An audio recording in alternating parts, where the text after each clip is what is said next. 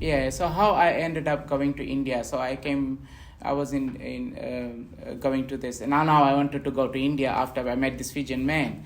So somehow all the arrangements was done and everything. I managed to get a visa. Some travel agents helped me, and all these things. And so much ups and downs, but still I managed to get to go to India, right? So I had few dreams of my master in my dream, and he used to come in my dream and he says, you come on this particular date, you come on the, but you don't have finances, or you don't know how to go there, because India is quite far from Fiji, right?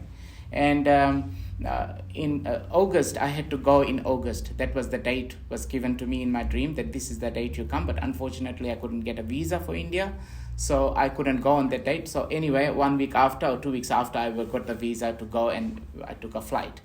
So going from Fiji to Australia, then to going to India is a big challenge, right? You have to go to Singapore, then you go to... So everything was arranged. So me and my mother and myself, we were told that we can go. So we got the tickets, visa and everything. So we had to go to India for 4 months, right? So we got the visa, and then we came to Sydney. The same flight came to Sydney. From Sydney, we fly to Singapore, and because it's connecting flight, you get help. So we ended up to a place called Chennai, in the middle of night, and first time in India. Even though we are Indians, we had no idea about India, because we never born or brought up in there. Nothing. We only think all the negative things about different parts of the world. We only hear how smelly it is, how this is it. So that's what the scare bit, lots of pickpocketing and all those things. This is what we heard. And we said, oh my God, we will arrive there. Anyway, we arrived in Chennai at the middle of a night, midnight, and that was in Chennai to go and see Sai Baba. So we arrived there at midnight, and it was so dark, and we had no idea we didn't know the language, nothing. So we arrived there, and there was this porter boy. He saw my leg and everything, and he said, you want to go somewhere? And I said, yes, I want to go and meet up. I want to go to the ashram, which is the place where my master lives. I want to go to Sai Baba's ashram. And he said, his ashram is not in Chennai. His ashram is in Bangalore. You have to go to Bangalore. And I said, where is Bangalore?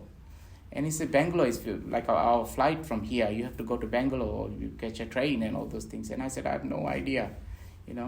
He said, don't worry, I'll take you to the domestic, this porter boy. He said, I'll take you down to the domestic airport, and from there you can arrange your trip to there next morning. So when we arrived there, he just put us all the bags and everything. He set us up in the domestic airport. So we were sitting in the domestic area. And that was in the middle of the night, and we were quite tired because we came from Fiji, Sydney, Singapore, then here. Very tired.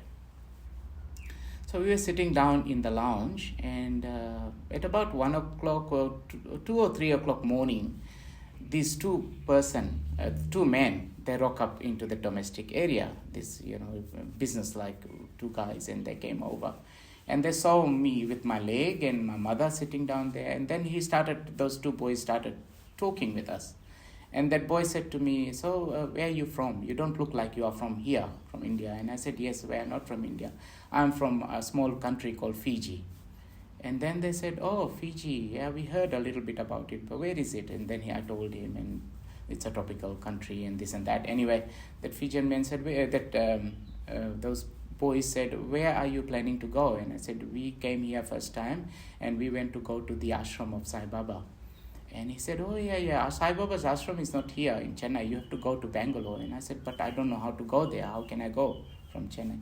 He said, okay, don't worry about it. I'll see why we can find out something for you.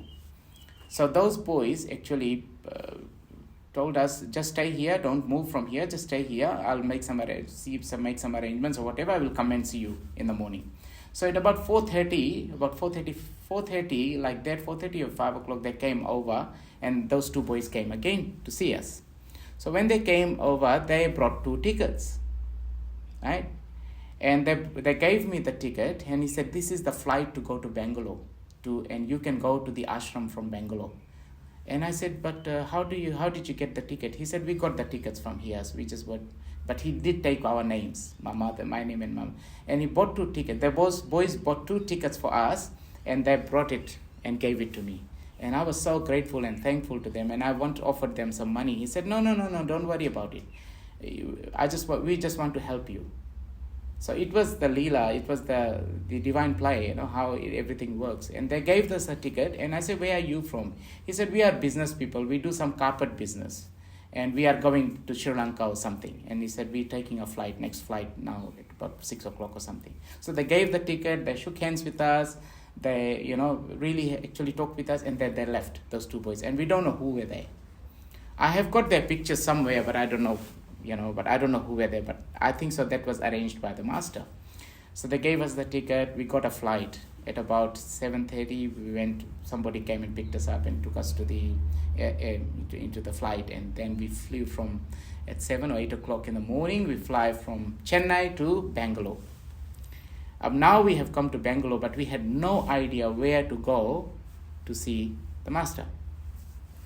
So as we were coming down out of the flight came over in Bangalore. When we were coming down, there was this air hostess, and I asked that air hostess, I want to go to White House, because I heard that Baba lived in a place called Whitefield, but I didn't know it was Whitefield. I just called it White House.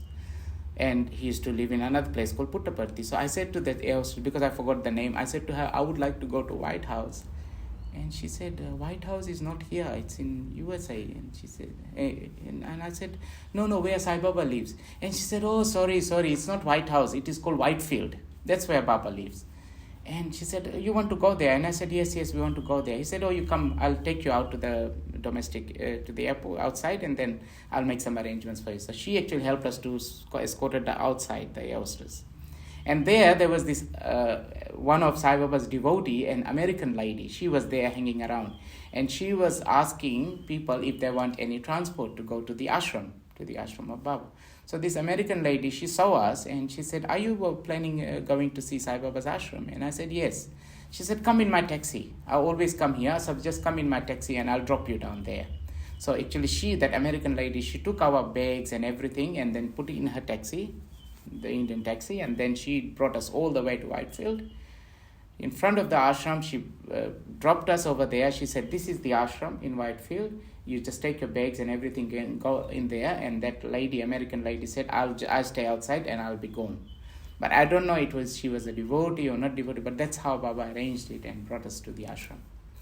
So that's how we came to the ashram, and we went inside, and so many people in the ashram, and people from all different backgrounds.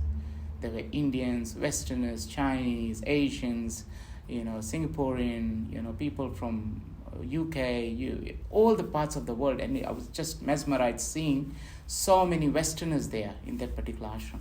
So when we went inside the gate, and there was the security there, he saw us, and I was walking on a crutches. He saw me, he thought I was, not abled.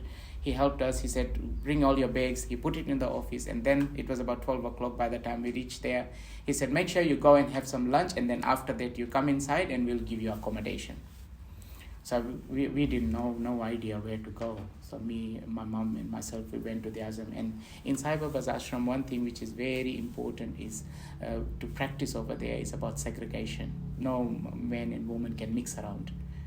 Everything is very segregated. So you have a segregated boys' canteen and a ladies' men's food canteen and women's canteen, So we went, and somebody took me out, and they prepared had lunch.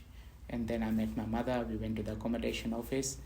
Accommodation office told us, you can't have, you both mom and daughter, you can stay together.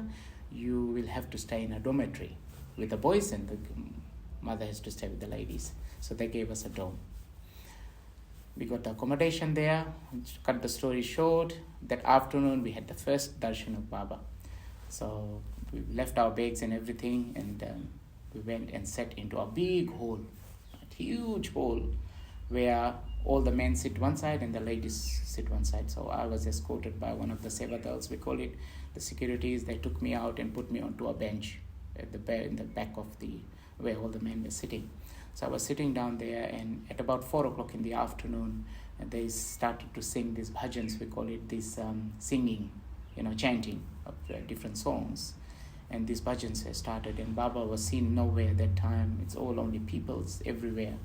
And then at about 4:30, then this small door on the side in front of the altar, there's a door, it opened, and there comes out this small short a divine personality, a human being with coming out of this altar shrine, out of the door. And I was just mesmerized by seeing him. I said, look at him. This is the person who has told me to come to India? I was just so shocked to see him, because I thought in the pictures you see him quite tall, but he was very short. He was very short, and had his afro hair, and he had this orange robe, and I was so confused. I said, you look at him, he's wearing a dress. Lots of monkey mind was going on, And then he came out, and he was just doing this in his all the gestures and everything. Then he came and sat on the chair, and everybody was singing and clapping. I was so confused seeing him. That was my first darshan, we call it, the first seeing of him.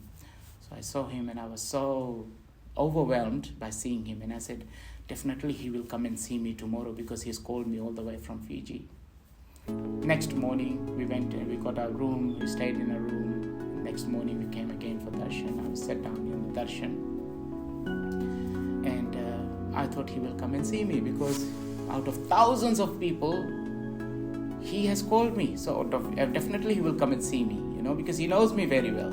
He came in the darshan. No way he came near me. And I was getting, oh my God, he has called me here and he didn't say hello to me. That ego and pride we all have.